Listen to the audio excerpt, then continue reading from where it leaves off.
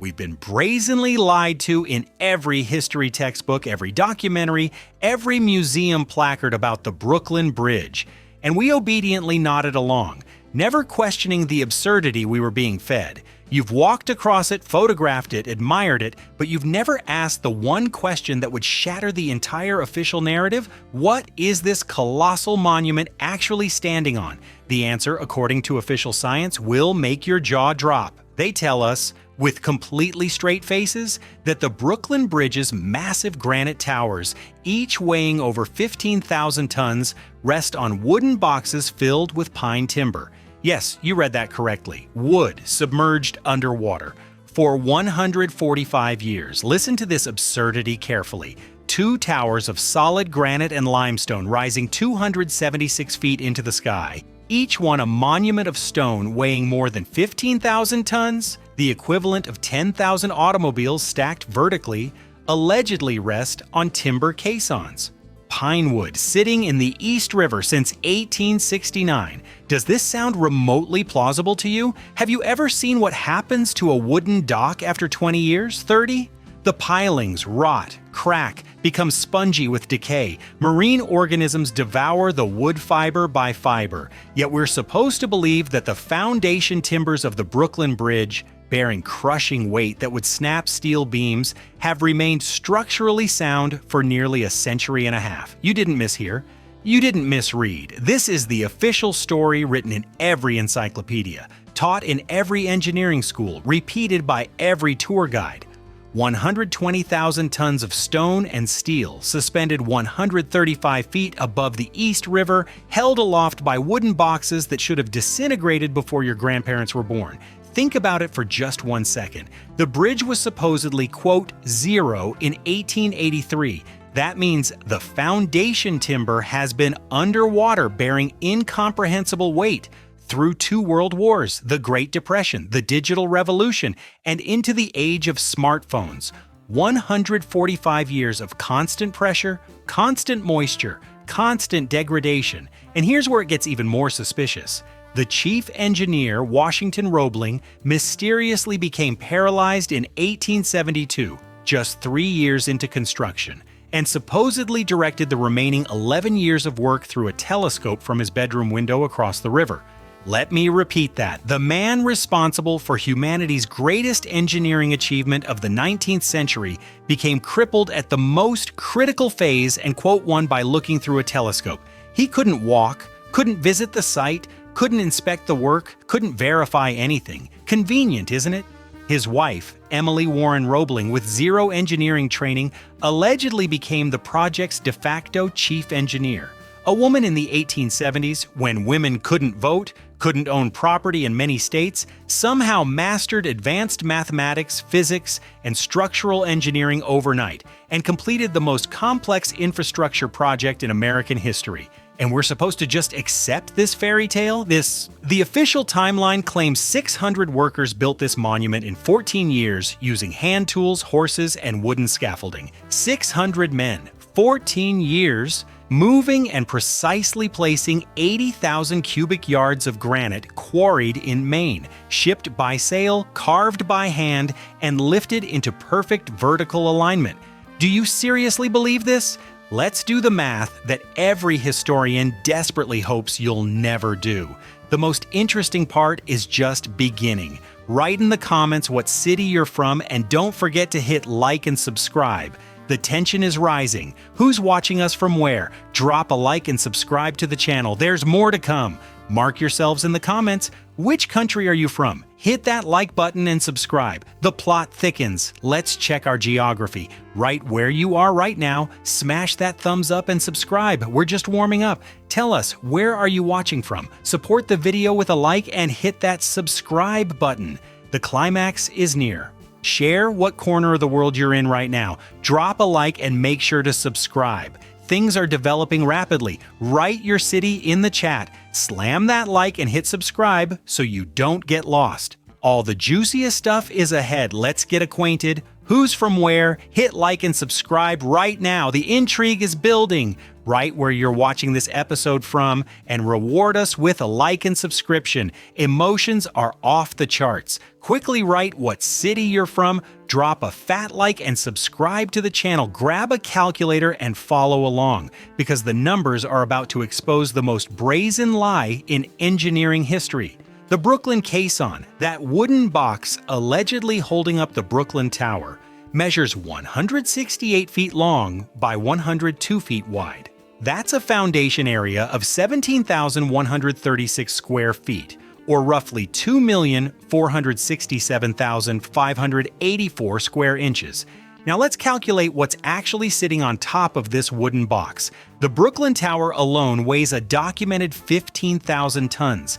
That's 30 million pounds of granite, limestone, and mortar pressing down. Divide that weight across the foundation area, and you get approximately 12.16 pounds per square inch of constant, unrelenting pressure. That doesn't sound so bad, you might think. Wrong. That's the static load, the weight just sitting there. But wood submerged in water loses 40 to 60% of its load-bearing capacity compared to dry wood. Marine-grade yellow pine, the supposed material used, has a maximum safe load of around 8 to 10 psi when dry and properly maintained. Underwater, saturated with no maintenance for 145 years. You're looking at 4 to 6 pounds per square inch maximum before structural failure. The math is screaming at us. The foundation should have collapsed within the first decade, but let's be generous. Let's pretend the wood somehow maintained its full dry strength underwater, defying every principle of material science. Even then, we have another problem. Wood deteriorates, period. The wreck of the USS Monitor, an ironclad warship that sank in 1862, was discovered in 1973. After just 111 years underwater, its wooden components had deteriorated to the point of near-total collapse.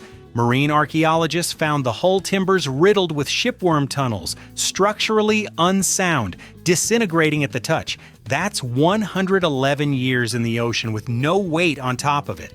The Brooklyn Bridge Foundation has been underwater for 145 years with 30 million pounds crushing it from above. How is it still standing? Let's examine the official excuse. Oh, but the caissons are sealed. No oxygen means no decay. Really? Let's test that claim. The SS Xantho, a steamship that sank off Australia in 1872, the same year Roebling got quote 4, was excavated in 1985. After 113 years in sealed, oxygen-depleted conditions on the seafloor, its wooden hull was described as quote 5 and quote 6. The timber had to be treated with special polymers just to prevent it from crumbling during recovery. Or consider the Mary Rose, King Henry VIII's warship, which sank in 1545. When raised in 1982 after 437 years underwater in anaerobic silt, the wood was so deteriorated it required decades of chemical treatment and cost over 35 million pounds just to preserve what remained. And that ship wasn't supporting any weight whatsoever. But somehow, magically, the Brooklyn Bridge's wooden caissons are supporting 15,000 tons each after 145 years with zero maintenance, zero treatment, zero reinforcement. The laws of physics don't take holidays. Here's another calculation they don't want you to make. Wood compression over time. Under constant load, wood exhibits quote 7, permanent deformation that accelerates exponentially. Engineering standards dictate that wooden structures under heavy continuous load should be replaced every 30 to 50 years maximum.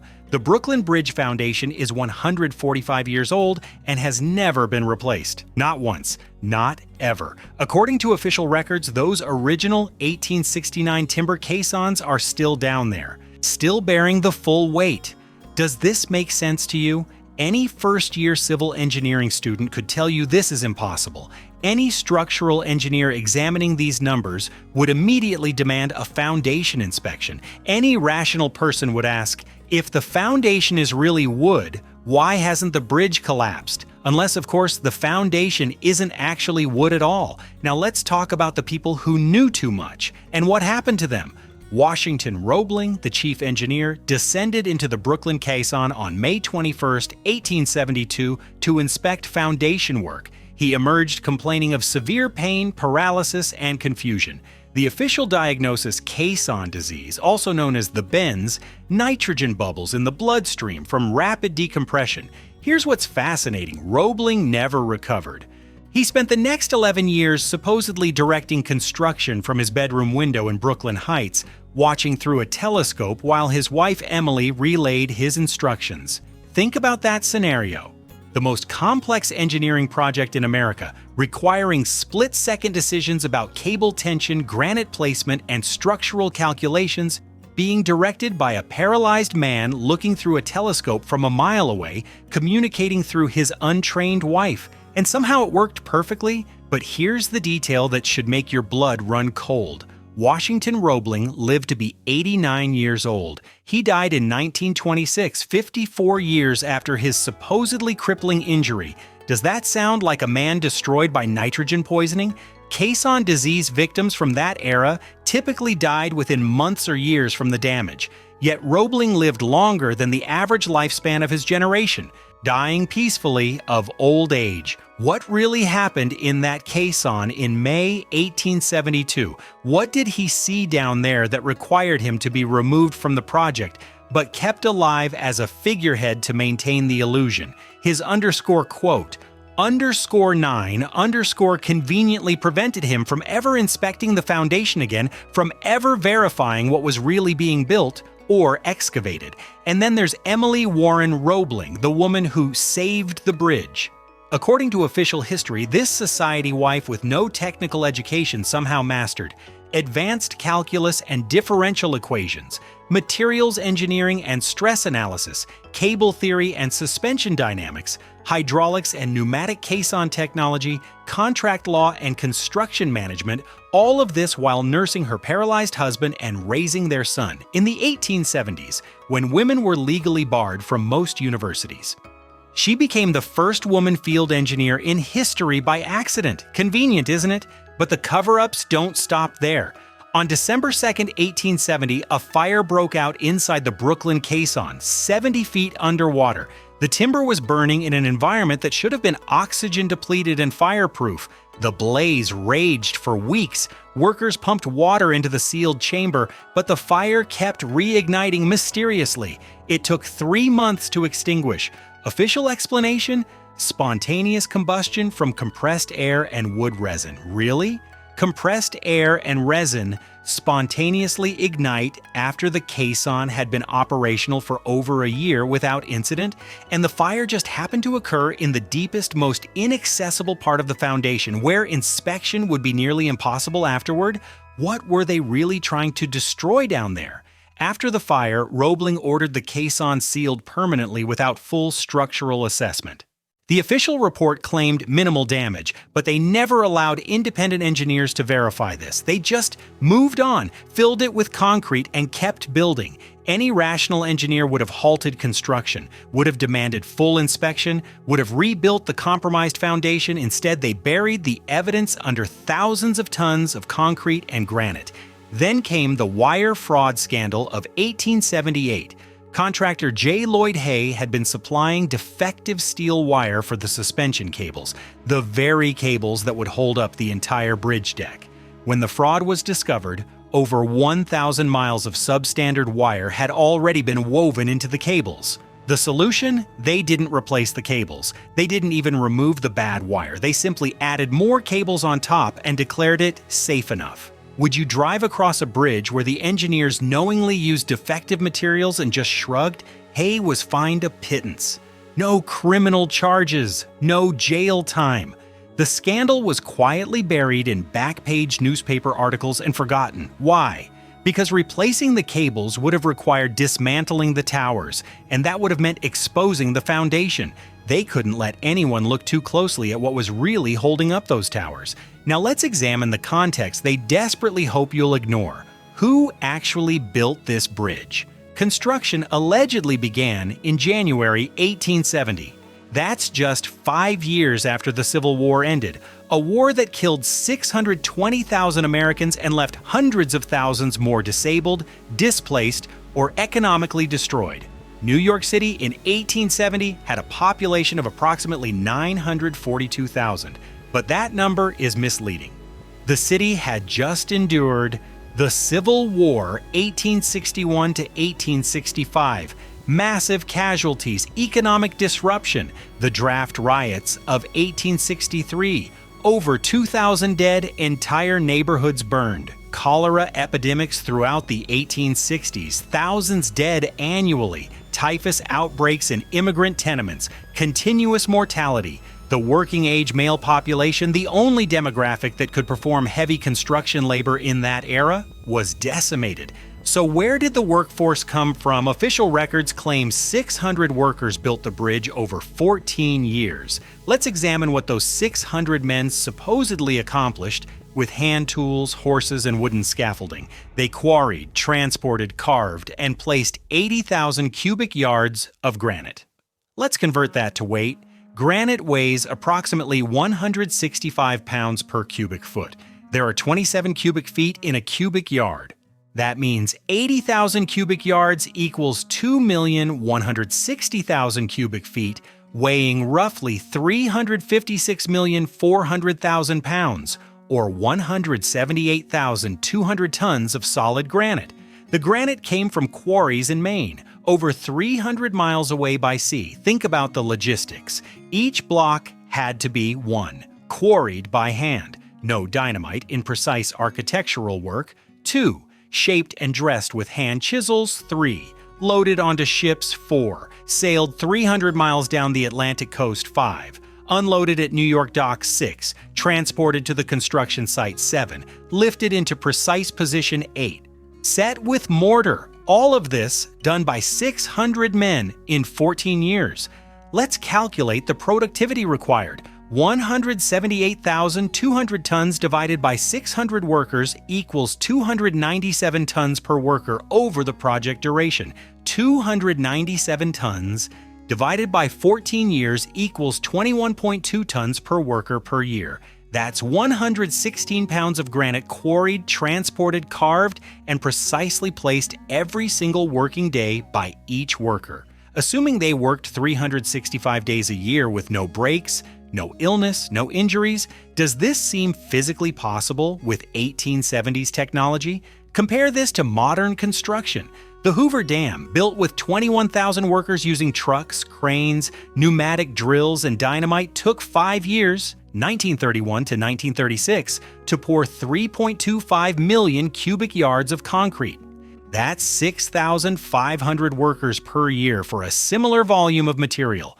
The Brooklyn Bridge supposedly used 600 workers for a comparable engineering challenge, and they had to work with stone, not pourable concrete, using hand tools, not machinery. The math doesn't just fail, it laughs at us. But here's where it gets even more suspicious. Look at the construction photographs. The streets are empty, not just quiet, deserted. These photos allegedly show New York City during its greatest construction boom, yet you can count the pedestrians on your fingers. Where are the thousands of workers commuting to the site? Where are the supply wagons, the support infrastructure? The few workers visible in the photographs look like ants crawling on a dinosaur skeleton. The scale is all wrong. The primitive wooden scaffolding looks absurdly inadequate against the massive, perfectly cut stone blocks. They don't look like builders creating something new. They look like archaeologists excavating something old. And where did these 600 workers learn their skills? Caisson construction was completely new to America. Underwater pneumatic work had never been done at this scale. Cable spinning was an untested technology. Gothic stone masonry on this scale hadn't been attempted in centuries. Where are the training programs, the apprenticeship records, the schools teaching these advanced techniques? They don't exist. 600 men supposedly appeared out of nowhere, already possessing skills that didn't exist in America, and built the impossible in record time. Now let's examine what they actually built, or rather, what was already there. The Brooklyn Bridge was supposedly designed in 1869 and completed in 1883. This is the height of the Industrial Revolution, the age of iron, steel, and ruthless capitalist efficiency. Every other structure from this era screams functionalism. Plain iron trusses, utilitarian brick, no-nonsense engineering. Look at the Eads Bridge in St. Louis, 1874. Pure steel arches, zero ornamentation. The Firth of Forth Bridge in Scotland, 1890. Naked steel cantilevers. The original Tay Bridge, 1878. Stripped down ironwork. So why does the Brooklyn Bridge have massive Gothic pointed arches? Gothic architecture peaked in the 13th century, 600 years before the Brooklyn Bridge. By the 1870s, Gothic was associated with medieval cathedrals, ancient castles, and religious mysticism. It was the opposite of industrial age thinking. Yet here we have two enormous Gothic arches, each 33 feet wide, carved from solid granite, serving no structural purpose whatsoever. The cables don't need them. The towers would stand without them. They're pure aesthetic excess. What profit-driven capitalist pays for 13th century cathedral aesthetics on a toll bridge? The project was already $15 million over budget, equivalent to over $400 million today.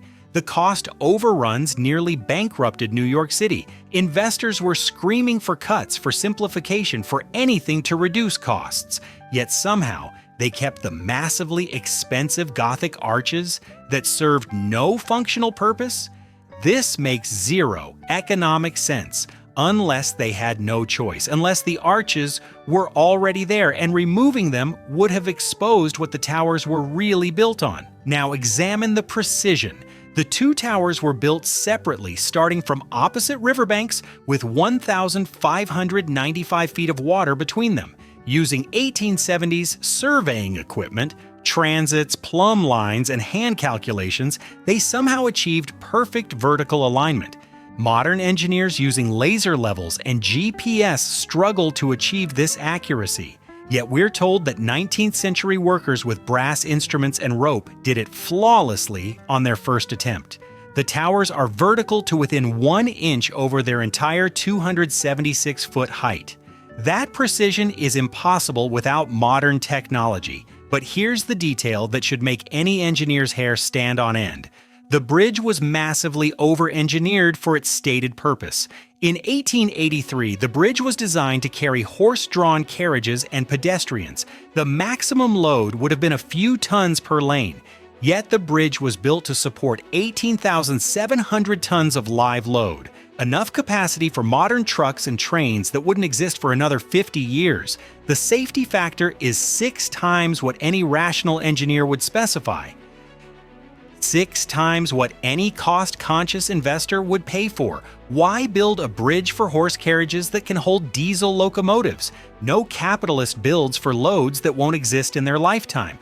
No investor pays 6 times the necessary structural capacity. The entire economic model of 19th century construction was build it cheap, build it fast, make it last just long enough to profit. Yet the Brooklyn Bridge was built to last millennia. The stone masonry uses techniques identical to medieval cathedral construction: massive blocks, minimal mortar, interlocking joints designed for centuries of settling. This is how you build when you think in terms of eternity, not quarterly profits. And then there are the approaches, the massive stone ramps leading up to the bridge on both sides. If you examine the surrounding buildings carefully, you'll notice something disturbing. Many have buried first floors. Windows that should be at street level are now half underground. Doorways descend below the current ground surface. The ground level has risen. The bridge approaches show the same phenomenon. What we see as the entrance level appears to be built on top of something older. The stonework descends far below the current street level, far deeper than any 19th century construction would require. What's buried down there that we're not allowed to see? There's only one explanation that fits all the evidence, and it's not the fairy tale in your history textbooks. The Brooklyn Bridge was not built in the 1870s, it was excavated. Let's re-examine the timeline with this lens. The early 19th century was a period of catastrophic global upheaval that's been systematically erased from mainstream history. The New Madrid earthquakes of 1811 to 1812 were the most powerful seismic events in recorded North American history, estimated at magnitude 7.5 to 8.0. They rang church bells in Boston 1,000 miles away, created temporary waterfalls on the Mississippi River, and were felt across 50,000 square miles. In 1815, Mount Tambora in Indonesia erupted with a force 100 times greater than Mount St. Helens, ejecting 38 cubic miles of ash into the atmosphere. The following year, 1816, became known as the year without a summer. Global temperatures dropped, crops failed worldwide, and snow fell in June across Europe and North America. Between 1812 and 1820, there are documented reports of massive flooding, unexplained ash deposits, and rapid sediment accumulation in coastal cities across the eastern seaboard. Something buried the original ground level. By the 1860s to 1880s, cities weren't building, they were digging out. What we call, quote, 16 was actually archaeological excavation and restoration of structures from an advanced pre-catastrophe civilization. Now reinterpret every, quote, 17 detail through this lens. The wooden caissons, they weren't built, they were excavated down to pre-existing megalithic foundations. The wood story is a cover for what workers actually found at bedrock. Ancient stone foundations that couldn't be explained by 19th century technology. The fire in the Brooklyn Caisson in 1870, workers discovered something they weren't supposed to see. The fire was deliberately set to destroy evidence before too many people saw what was really down there. That's why it burned for 3 months. In an allegedly oxygen-free environment, they were making sure nothing identifiable remained. Washington Roebling's mysterious paralysis in 1872, he saw the ancient foundations. He understood what they were really excavating. He had to be silenced, but kept alive as a figurehead to maintain the construction narrative. His paralysis conveniently prevented him from ever inspecting the site again or speaking publicly about what he'd discovered.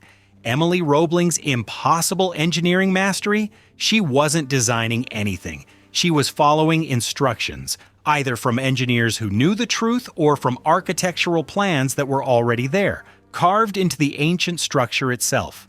The Gothic arches in the Industrial Age, they're not 19th century design choices. They're original features from the pre-catastrophe civilization. The workers couldn't remove them without destabilizing the entire structure, so they incorporated them and pretended it was intentional. The impossible precision and vertical alignment? Easy to achieve when you're restoring existing towers rather than building from scratch. The foundations were already there, already aligned. Workers just had to clear away the mud and debris. The massive over-engineering for horse carriages? The bridge wasn't designed for horses, it was designed by a civilization with far more advanced transportation. A civilization that built for eternity, not profit. The empty streets and construction photographs, the city was still recovering from the catastrophe. The population had been decimated. There weren't millions of people because there weren't millions of survivors. The few workers visible were excavation crews, not construction teams. The buried first floors and sunken approaches, direct evidence of the mud flood, the massive sediment deposits that buried the original street level and entombed the lower levels of ancient structures. Every impossibility becomes perfectly logical once you accept the truth. The Brooklyn Bridge is a remnant of an advanced civilization that was destroyed in the early 19th century. The construction of 1869 to 1883 was the greatest archaeological cover-up in American history. This isn't just about the Brooklyn Bridge. This pattern repeats across the entire world. A coordinated falsification of history so vast it defies comprehension. St. Petersburg, Russia. Between 1858 and 1883, the exact same time frame as the Brooklyn Bridge, the city allegedly St. Isaac's Cathedral, the Winter Palace expansions, and dozens of massive neoclassical buildings. The official story claims a city recovering from the Crimean War, 1853 to 1856, somehow mobilized tens of thousands of workers to build monuments requiring medieval cathedral building techniques in the age of industrial iron. The population of St. Petersburg in 1860 was approximately 500,000. Yet they supposedly built more megalithic architecture in 25 years than Rome built in 500. Impossible. San Francisco, California. The city was allegedly founded in 1849 during the gold rush. By 1906, just 57 years later, photographs before the earthquake show a fully developed metropolis with hundreds of ornate Victorian buildings, a massive city hall with a dome larger than the U.S. Capitol, and infrastructure that would take centuries to develop organically. Then the 1906 earthquake conveniently destroyed most of the evidence. The rebuilding happened with impossible speed. 80% of the city reconstructed in just 3 years. The official explanation? American can-do spirit. The real explanation? They were excavating and restoring what was already there, just like Brooklyn, Chicago, Illinois. The Great Fire of 1871 allegedly destroyed 17,500 buildings across 2,100 acres. The city was supposedly rebuilt within 2 years with even grander architecture than before, including the Water Tower, a Gothic limestone structure that miraculously survived the fire. How does a limestone tower survive a fire that melted iron and steel? It doesn't. Unless it was built by a civilization that used fire-resistant construction techniques we've forgotten, and the fire was used as cover to explain why this newly built structure looked ancient. The pattern is unmistakable. 1. Major catastrophe, earthquake, fire, flood, between 1811 to 1871. 2.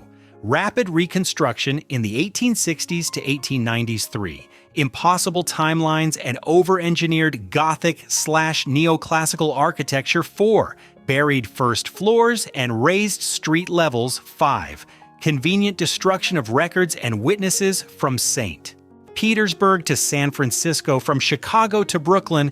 The same impossible story repeats. Devastated post-catastrophe cities somehow building megalithic monuments with medieval techniques in the industrial age. This is a coordinated historical falsification, but why? Why hide the truth about an advanced pre-catastrophe civilization?